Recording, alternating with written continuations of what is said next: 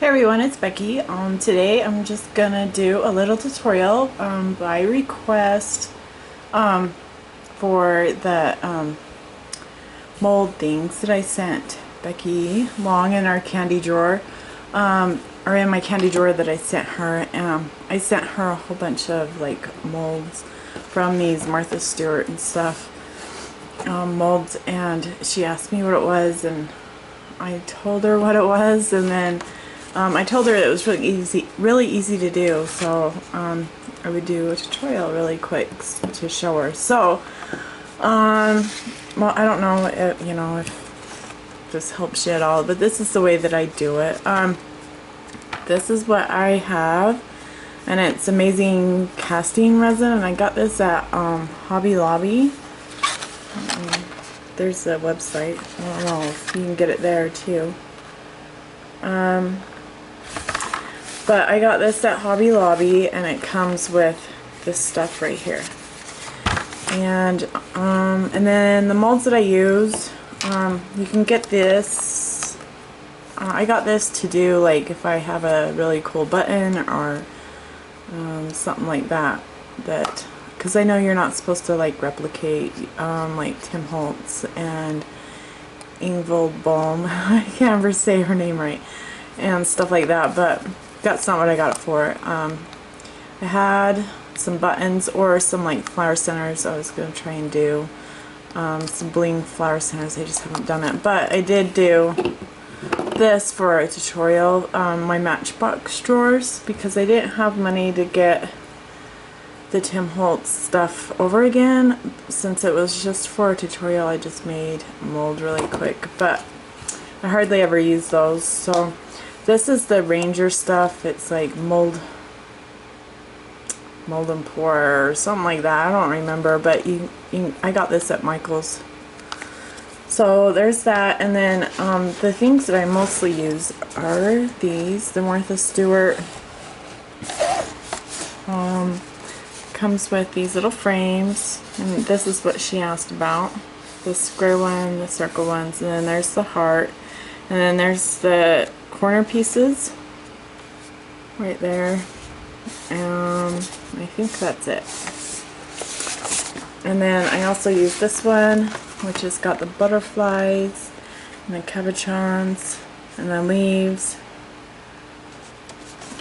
So I'll just pull these out really quick. So you're gonna need your molds, and then there's places to buy your molds and stuff too on Etsy that I've seen. So these are the molds that come in that one package. And then in this one, it comes with like a big kit of the dry, what is that stuff? The airsoft clay or something like that. I don't know. I've only used it a couple of times, but it's like really flimsy. And usually when I'm using stuff like this, I'm using it for mixed media. So it kind of almost melts. At least that's my experience anyways. But this is what comes in that. Grab my stuff that fell. And you get a couple of these with it, which I sometimes use with the resin. I'll leave them out. Okay. And then what you need for this is a cup and something to stir with. It comes with popsicle sticks, but I just had this. I don't know. It was in my mom's baking stuff, so it's probably like a lollipop stick or something. And then you want to put something down if you don't have the Crafters mat, the Tim Holtz or the Ranger craft mat. But this is an oven mat that I got the idea from Sung Lee, which is Creation by Sung on YouTube. I asked her what her mat was, and she said it was an oven mat, so I tried it. My Crafters mat was ripping. So anyways, I get scared putting anything else on it. So I'm just going to pull this out.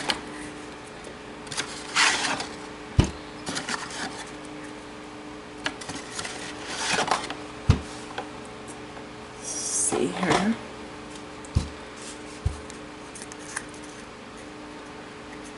And then it comes with an extra one. I keep them separate. I try to wipe them out after each use to kind of keep them.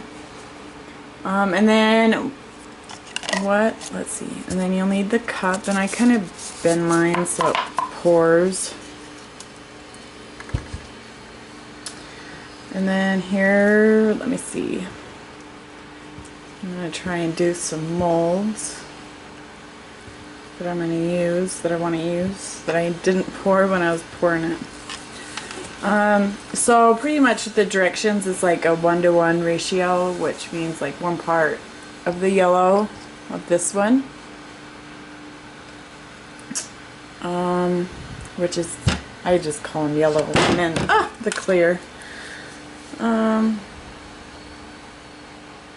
See, it says liquid to solid in 5 minutes. So like if you put in, I usually do it the 2 right here. I don't know if you guys can see that, the 2 right there, and then I'll do it the 2 on the clear one. Oops, not that 2, this 2. So that's what I usually do.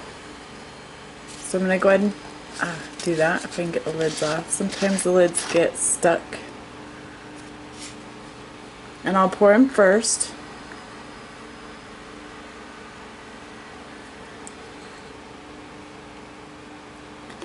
Usually I use paper towels, but I ran out, so I have to use my rag underneath here.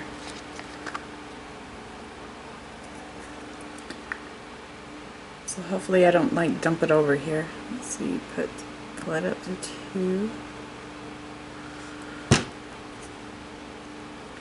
So there's 2, it's filled up to 2 on that one and 2 on that one, and I just pretty much dump them in here together like that. And then it says to mix them together until it's like no longer swirls in it. So like you can see it's kind of got a yellow tint to it. So I just mix it until it's pretty much like clear. You can't see like any more of the yellow. See how you can't see like a yellow tint to it? Not very long.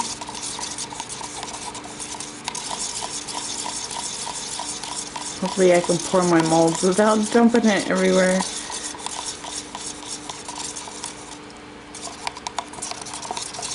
So that's about as long as I mix it. And then I take and just pour it slowly. I start in the center and just kind of slowly work my way out.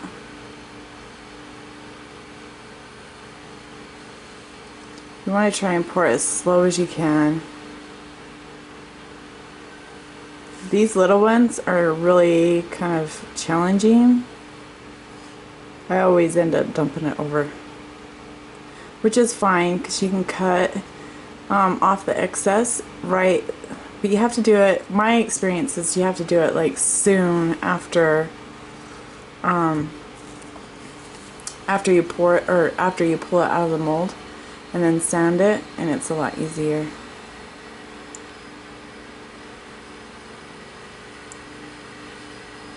And some of these, if you take your heat gun, that's what I do, is I just take my heat gun and set it up. See, I poured it over. And then, let's see, do these ones.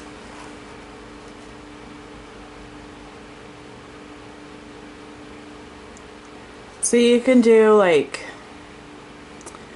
probably about 3 molds. If I wouldn't have dumped that one over, I could have done the cabochons, all of the cabochons. But usually while I'm waiting, I will just mix some more, and I use the same cup. I think it says not to, or it says get a new one, but I just use the same one.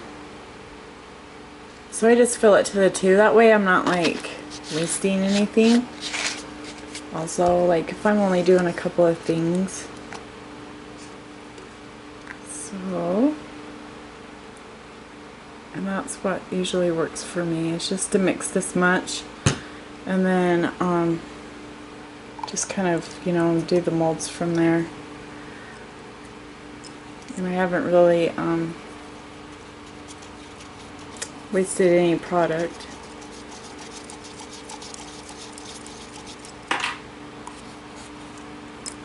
And let's finish pouring this. If you use a big cup, you can also use one of those little ones, like that are at the dentist office. The little tiny baby ones, they're a lot easier, but if you use a big one, you can just squish the sides so it's kind of got a little spout. That's just what works for me.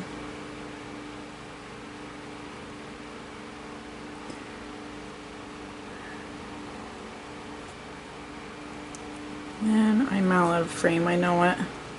Sorry guys.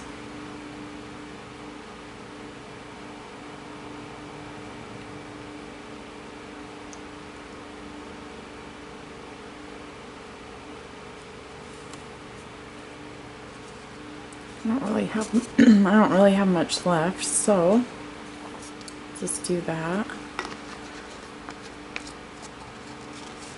And this so far has been my favorite thing to use in the molds. I've tried polymer's clay and I always break the piece that comes out of the mold after, and then like, I don't know, it's a big mess. I'm a big mess with polymer's clay. And then I've tried the clay that comes with the Martha Stewart molds. And then I've also tried the UTE or whatever it's called. I like that. I just ran out of UTE. That's another one of my favorites because you can color the UTE with the Perfect Pearls and come up with some pretty cool things. So that's that one and this one. Also, I don't know if I finished explaining, like the ones like the leaves where there's so little, this mold, it says to heat them up, but I just use my heat gun and heat it up just a little bit, and I think it helps it a little bit. I don't know if it helps set it up faster. I haven't really like monitored it that way, or if it just helps it come out, but that's what I usually do. I didn't heat it up today though, and they seem to be doing pretty good. And then as you can tell, they're white. They turn a white color. You can leave them in the mold, like this one I have to leave in there until these ones are set up, or else it's a big mess. But usually what I do to kind of test it out, see if it's ready, because they'll still be sticky and not want to like break. Just kind of bend it and see where it's not really wanting to come away from the mold. Then you have to let it set up a little more. See, it's not really coming away, so just let it set up, and that's pretty much it. I'll probably stop my camera and then come back when it's all set up and just kind of show you what it looks like when it's done. So I'll be back. Okay, I'm back. They're all set up, and so what I'm gonna do is just kind of show you. See, they're completely white. You can touch them without them being, you know, sticky. So, and then also when you see how it pulls away from the mold. So what you do is you just go around the mold and kind of loosen it up. And they're still gonna be flimsy, like you can still bend them, so just be very careful bringing it out. And then what I do is I just bring it out and then I set it to on a flat surface to kind of set up more. And then at this time is when, like, if you've got excess like this right here, that's when I'd probably cut it off. And I just take my Tim Holtz scissors, or any scissors you have, and just snip it off. It's really easy. It says on there that this is the time that you want to paint them too, but I don't. I just you know, make them and then save them for when I'm going to use them.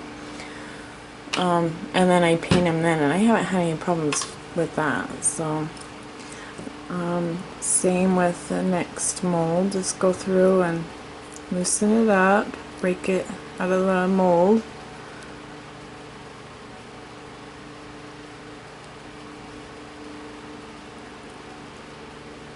And then like this one I'll probably let set up a little bit more, and then I just take my sandpaper or my sanding pad and I just scrape that out. Or you can take your, you can go in and take your craft knife and cut that out where it spilled over. And then there is a corner piece.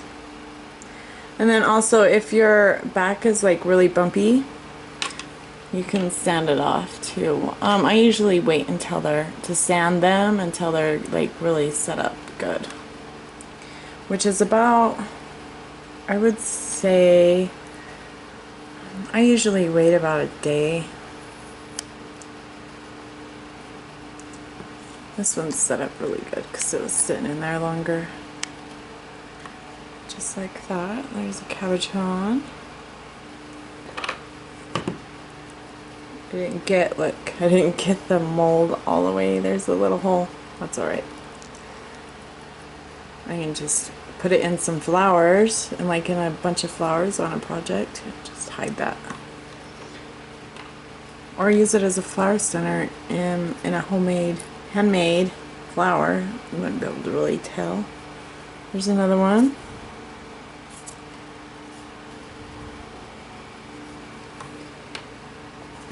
And my butterflies, I love these butterflies, they're so cute. Little one.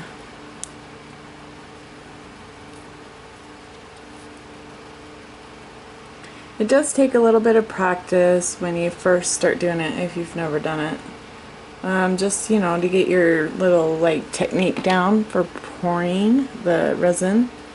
But once you have that down, it's so easy. There's a little one. Now these little ones, I didn't do it that time, but usually I've got like a big bump and I have to sand it down.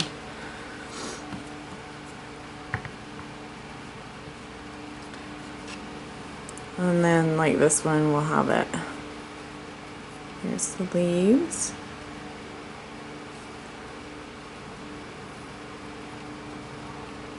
You can see this one doesn't have it too bad, but it's got this extra.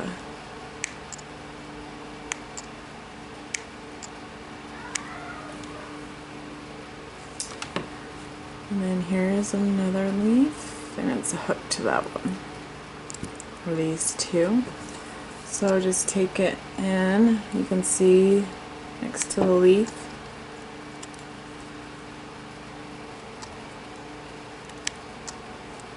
Just like that. So pretty. And then my little leaves that I always do it too. Just go in and try to cut as good as you can around.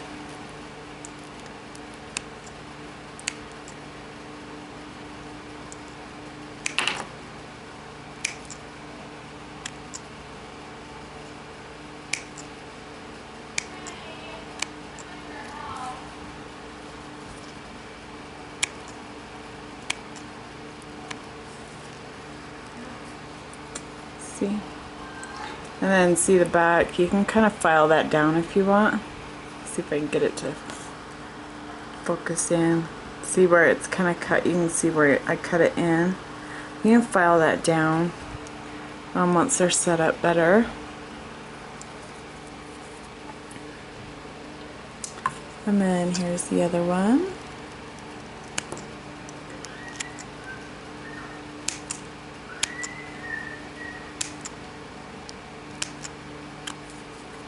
Give it a more smoother look, you know, so it doesn't look all choppy.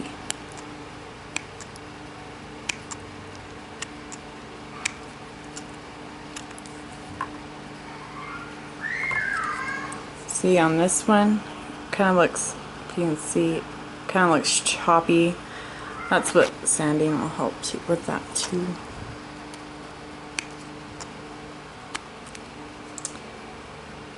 So that's pretty much it for the resin, my resin tutorial on how I do it. I think they turn out pretty cute. And then when you're done, you can always wash your molds. I don't, unless I'm using a different product, and then I just wash it out with water and dry it really good. But I just go through and make sure there's no resin like on the inside to, you know, mess up the next mold that you make. So like if there's a chunk of resin like right there, that's what will come out when you do your next mold. It will have the imprint of that piece of resin that was stuck. So that's pretty much what I do, and I hope this tutorial helps for the beginners. I'm sure plenty people have done these ones or done it this way, but it's my favorite. So if you have any questions, leave them below and I'll do my best to answer it, and I hope this tutorial helps explain how to do this, and I'll talk to you guys later. Thanks for watching. Bye.